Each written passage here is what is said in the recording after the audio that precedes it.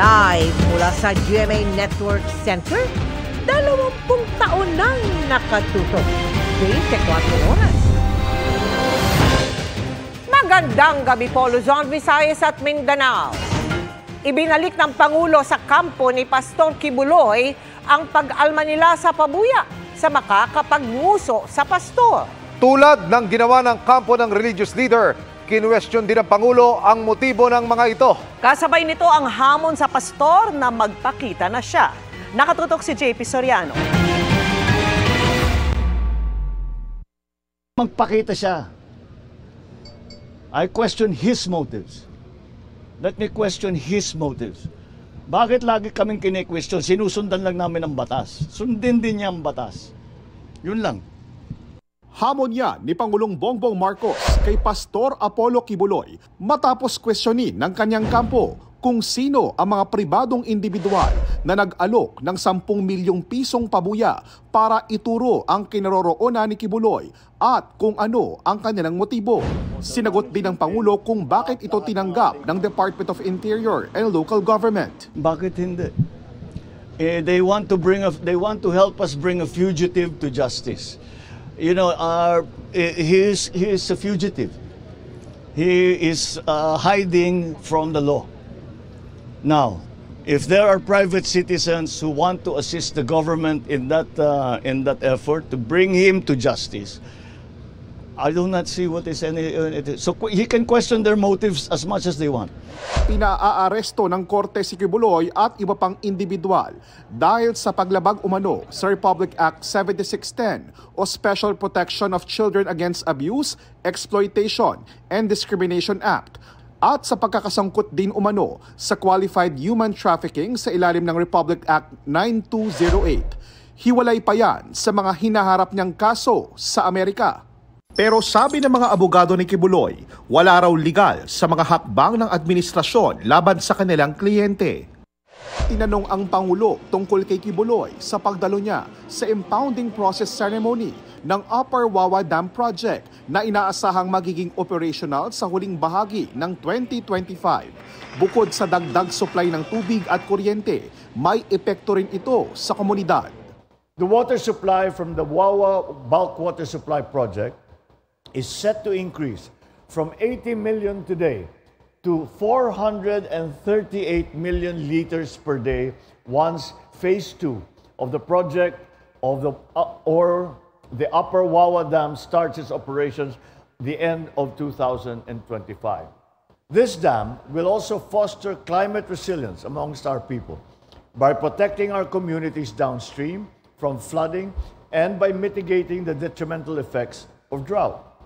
Para sa GMA Integrated News, JP Soriano, nakatutok 24 oras. Umakyat na po sa 7 ang natagpuang patay sa pagkaanod ng isang pickup truck sa umapaw na ilog sa Carmen, Cebu. Kabilang sa kanila ang isang buntis na kakakasal pa lang. At nakatutok si Nico Sereno ng GMA Regional TV. Natagpuan na ang lahat ng 7 taong nawala matapos anurin ng umapaw na ilog ang sinakyan nilang pick-up nitong Lunes sa Carmen, Cebu. Pero lahat sila ay nasawi, kasama na ang mag-asawang 1 linggo pa lang kasal. Ang babae, 7 buwang buntis pa naman. Pinakahuling natagpuan kanina ang isang 15 anyos na binata na inanod na sa dagat na sakop ng bayan ng Borbon. Sa dagat na tumutok sa paghahanap ang otoridad dahil sa dagat sa Carmen unang natagpuan ang labi ng isang 11 anyos na kasama ng grupo. 10 iba naman ang nakaligtas pero sumasailalim pa sa psychosocial intervention ng munisipyo ng Carmen. Ininspeksyon ng mga opisyal ng OCD7 ang lugar kung saan naganap ang insidente nitong Lunes ng hapon. Yung area po ngayon medyo madulas talaga doon. So we're recommending na siguro to come up with another rail. Kasi kung may rail doon na matibay-tibay siguro, it will help Hindi maaanod yung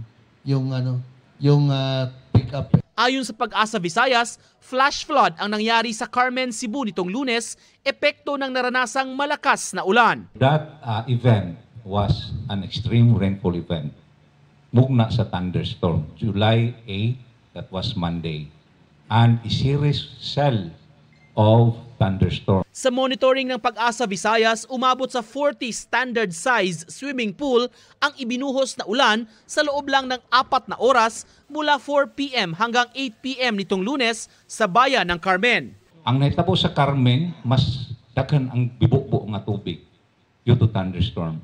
101 millimeters of rain in the span of 3 hours to 4 hours. Mula sa GMA Regional TV at GMA Integrated News, Nico Sereno, nakatutok 24 oras. Ngayong gabi na nakatakdang ilipad pabalik sa kanilang bansa ang mga labi ng Israeling natagpo ang patay kasama ng nobyang pageant contestant sa Tarlac. Ang lalaking nagturo naman sa kinaroroonan ng mga bangkay ng mga biktima, isinailalim na sa kustodiya ng PNP para maprotektahan. Nakatutok si Maki Pulido. Pasado alas 10 ng umaga nang ihatid ng punerarya sa cargo terminal sa Pasay City ang wooden casket na naglalaman ng mga labi ni Yitzhak Cohen. Ang Israeling natagpo ang patay kasama ng kanyang nobyang si Geneva Lopez sa Kapas Tarlac. Kinargayan sa eroplano para ilipad ngayong gabi sa Tel Aviv. Ngayong gabi rin daw ang lipad pa Israel ng kapatid ni Cohen. Wala siyang advice na gagalawin. Basta naka-wrap up siya sa cadaver bag, tapos placed inside the wooden casket, and then inside the crate and ceiling, nakasealed siya kung ano yung requirement ng airline. Nasa kustodiya pa rin ng pulisya ang 3 suspect sa pagpaslang sa magkasintahan. Ang dating pulis na si Michael Angelo Giyang na lumalabas sa investigasyon na mastermind. Kasama naman niyang nagplano ang kapwa-pulis na si Romel Abuzo at sibilyang si Jeffrey Santos.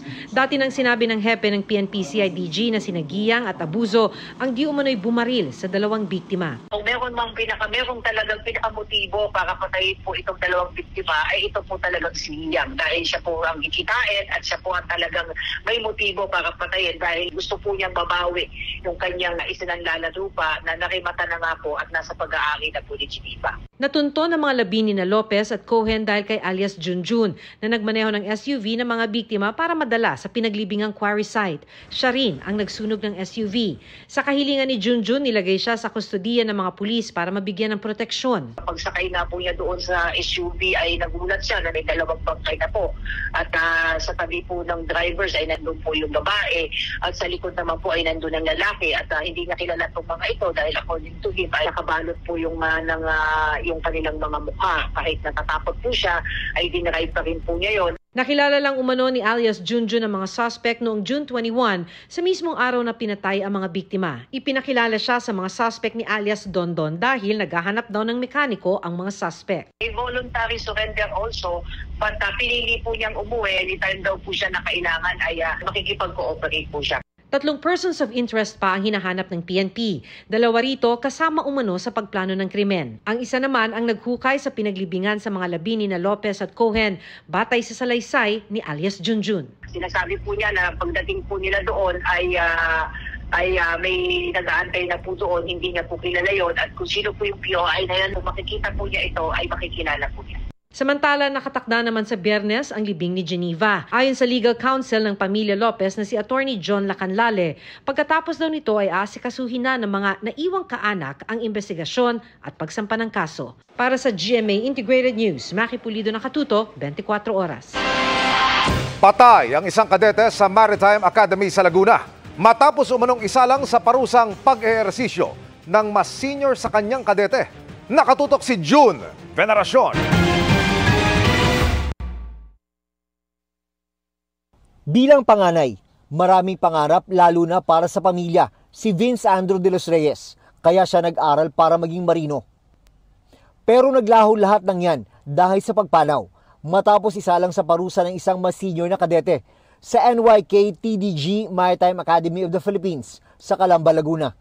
Hindi ko hayaan ganito ang sinapit ng anak ko dahil pumasok siya doon para sa kanyang kinabukasan. And then, ang sabi ng school, before kami nag-briefing, magandang kinabukasan para sa marinong Pilipino. July 8, 30 minuto matapos silang maghapunan, pinag-report si Vince Andrew ng kanilang senior sa cabin nito. Dito umano siya inutusan ng mas senior na kadete na mag-exercise dahil sa isa umanong offense. According doon sa investigation, si victim was ordered to perform series of exercises. So yung una is squat thrust for 100 repetitions. Then yung pumping, another 100 repetitions. Then yung last kung saan siya nag-collapse is yung star jump. Dinala sa infirmary ng academy ang biktima at isinalang sa CPR. Pero nang mapansing hirap ng huminga at mahina na ang pulso, isunugod siya sa ospital kung saan siya idineklarang dead on arrival. Ayon sa mga kaklaseng sumama sa kanya sa cabin, wala raw body contact na nangyari at pinag-exercise lang nila talaga si Vince Andrew. Hinihintay pa ang resulta ng isinagawang autopsy. Reklamong reckless imprudence resulting in homicide ang isinampa laban sa suspect. Nakita natin doon sa investigation na hindi intensyon ng suspect na patayin yung victim. Sa tingin namin hindi naman nahis yung bata, but titingnan natin pa rin yung report ng medico-legal. Lumabas din sa investigasyon ng PNP na posibleng ang mitya ng parusa ay ang paraan ng pagsagot ng biktima sa kanilang group chat. Yung pag-thumbs up, maybe hindi nagustuhan ng senior class. Thumbs up instead of answering ng formal na okay. Maghintay na lang po tayo sa kwarto. Yung po lahat po para maliwanagan po lahat. Pero hindi kumbinsido ang pamilya ng biktima na walang foul play dahil wala raw itong problema sa kalusugan base na rin sa mga pinagdaanan niyang medical test bago makapasok sa Maritime Academy. Hindi ako maniwala kung exercise lang. Exercise?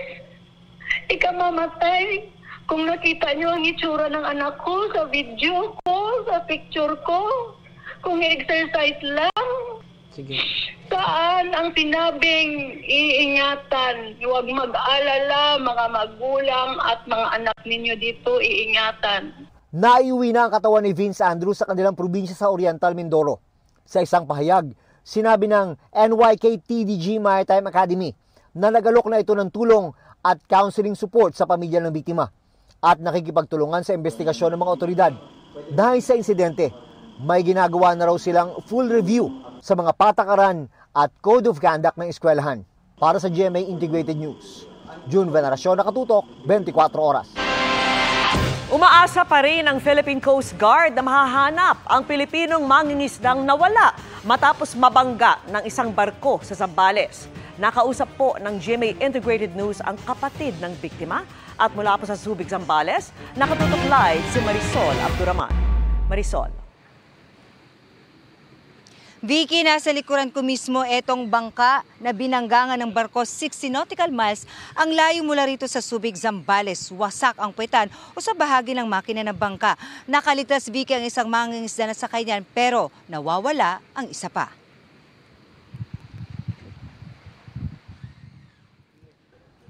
Na magmilagro siya, ma'am, naiuwi niya sa amin yung asawa ko. Para man ang ginawa niyo kaming baboy. May buhay din kami. Nagsusumamo na ang mga kaanak ng nawawalang mangingisda na si Jose Mondoñedo. Hanggang ngayon kasi, hindi pa rin siya natatagpuan. Nawala si Jose matapos banggain ang kanilang bangka ng isang barko noong July 3. Kwento ng kanyang kapatid na si Robert, nakasama niya noon sa laot. Bandang 1:00 ng hapon ng araw na yon, nakatali raw ang kanilang bangka sa payaw para sana mananghalian na. Nataraw na raw nila ang isang barko sa kalayuan. Pero nagulat na lang daw sila nang biglang nasa harapan na nila ito at binangga na sila. Yung kapatid ko, nakatayo.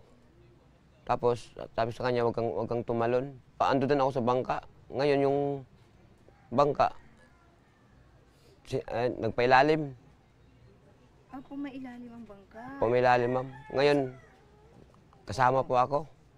And ang ginawa ko, masyado malalim na. Kasi nakahawak ako sa kawayan. Ang ginawa ko, nagbitaw ako ngayon. Pero dahil sobrang lalim na raw, napilitan na siyang umahon. Doon na raw niya nakita ang kanyang kapatid na nakaladkad daw ng barko. Ito yung barko. Opo. Ito yung unahan. Opo. Dito siya lumabas sa puwitan. Gustuhin man daw niyang languyin si Jose. Alam niyang hindi siya aabot sa layo at sa lakas ng agos. Makalipas lang daw ang ilang minuto, hindi na niya nakita pa ang nakababatang kapatid. Tol, pasensya ka na talaga. Paulit-ulit ko itong sinasabi sa'yo. Nakakapit lang daw siya sa payo sa loob ng 3 araw. Walang kain at inom at wala ring tulog. Pero buo raw ang kanyang loob na mabuhay. Hanggang madaanan nga siya ng isang bangka na siyang nagligtas sa kanya.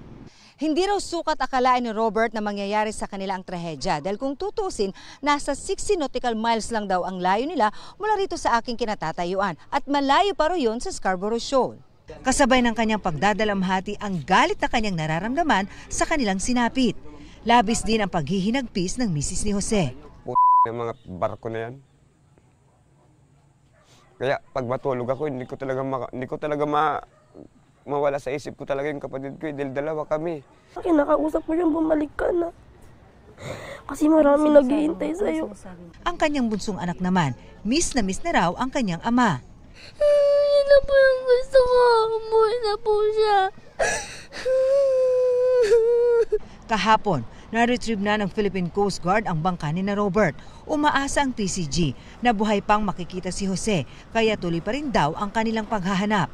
Pinapaalam namin sa lahat ng mga may radyo, nakakahagip ng impormasyon na to be on the lookout for possible sighting ng kahit katawan man lang siguro or whatever, any sign of life. Patuloy din daw ang investigasyon sa nangyari, kabilang na nga ang pagtukoy sa barko na nakabangga sa mga mangingisda. Marami raw kasi ang dumadaan sa nasabing lugar na may tuturing daw na nautical highway. Meron kaming nakitang record nung vessel na dumaan doon. Pero still, tinitingnan namin yung, kasi baka may posibilidad ma'am na may dumaan doon na nakapatay ang AIS. Merong isang suspect, yun yung nandun sa truck. Pero minsan kasi very important na i-consider mo yung time.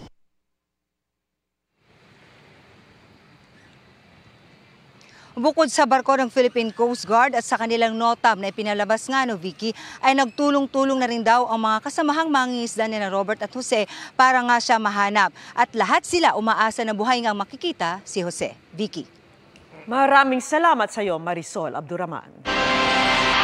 Sinalakay ng PNP Maritime Group sa Rizal, Palawan ang isang imbaka ng mga pampasabog na ginagamit sa iligal na pangingisda. Sa Bataan naman, nakaengkwentro ng pulisya ang bangkang sakay ang isang grupong sangkot umano sa hulidap. Yan ang aking eksklusibong tinutukan.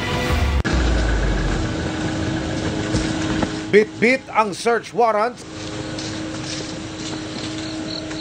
Sinalakay ng puwersa ng PNP Maritime Group ang residential area na ito sa baybaying barangay ng Latud, Rizal, Palawan. Ang kanilang pakay, hulihin ang nasa likod ng mga iniimbak na pampasabog na ginagamit sa iligal na pangingisda. Sa loob ng bahay na ito, tumambad ang mga sangkap sa paggawa ng pampasabog gaya ng ammonium nitrate. Ammonium nitrate is a precursor. Ito yung mga ingredient ng pasabog. Ito yung ginagamit sa dynamite fishing. Nakalagay usually yan sa mga botelya. No?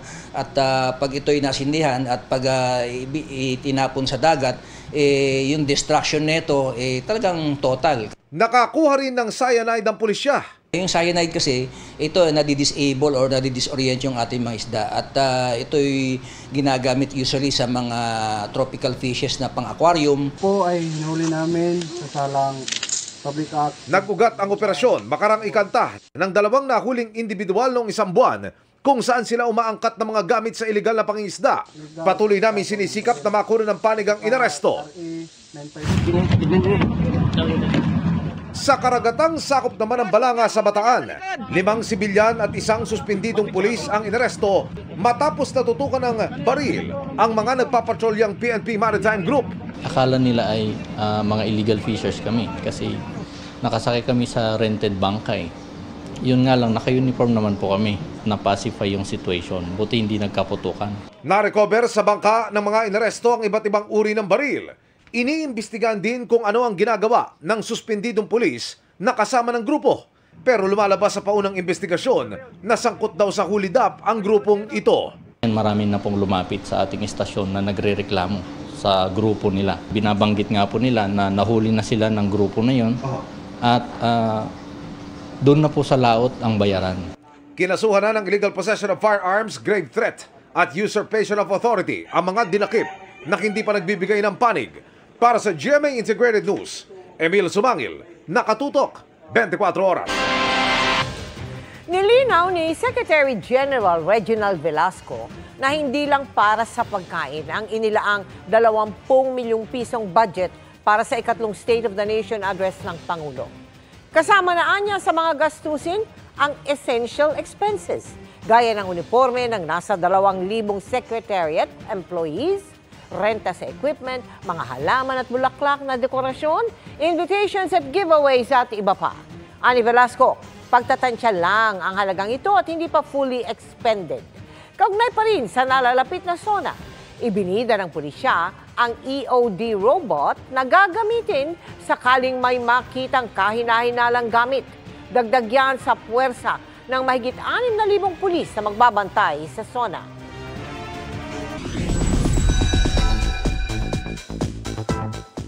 Mabilis na chikahan tayo para updated sa showbiz happenings. Nakatanggap ng petition ang Seoul Foreign Ministry para imbestigahan ang pag-vape indoors ni Blackpink Jennie. Sa ngayon, deleted ng video na mula sa kanyang vlog sa Capri, Italy, nakitang tila pagbuga niya ng usok sa harap ng staff. Prohibited ang indoor vaping sa South Korea. Dahil dito, nagsorry ang agency ni Jennie at sinabing she deeply regrets her mistake. Nagsorry na rin daw si Jennie sa mga staff na kasama niya sa video. Speaking of Blackpink, isa si Blackpink Lisa sa mag-headline ng Global Citizen Festival in New York. Kaya naman ang Blinks can't help but to be excited sa first solo performance sa Music Fest ni Lisa. I'm good. I'm happy. In the process of moving on na daw si Dominic Roque after ma-call off ang engagement nila ni Bea Alonzo. Hindi na rin daw siya magpapaapekto sa iba't ibang kwentong inilalabas tungkol sa kanilang paghihiwalay. Relationship and career goals ang sparkle couple na sina Gabby Garcia and Khalil Ramos. Achievement unlocked for Khalil na ma-nominate as male performance in a musical after his first theater role. Full support naman dyan si Gabby na kasama niya sa 14th Gawad Buhay Awards Night.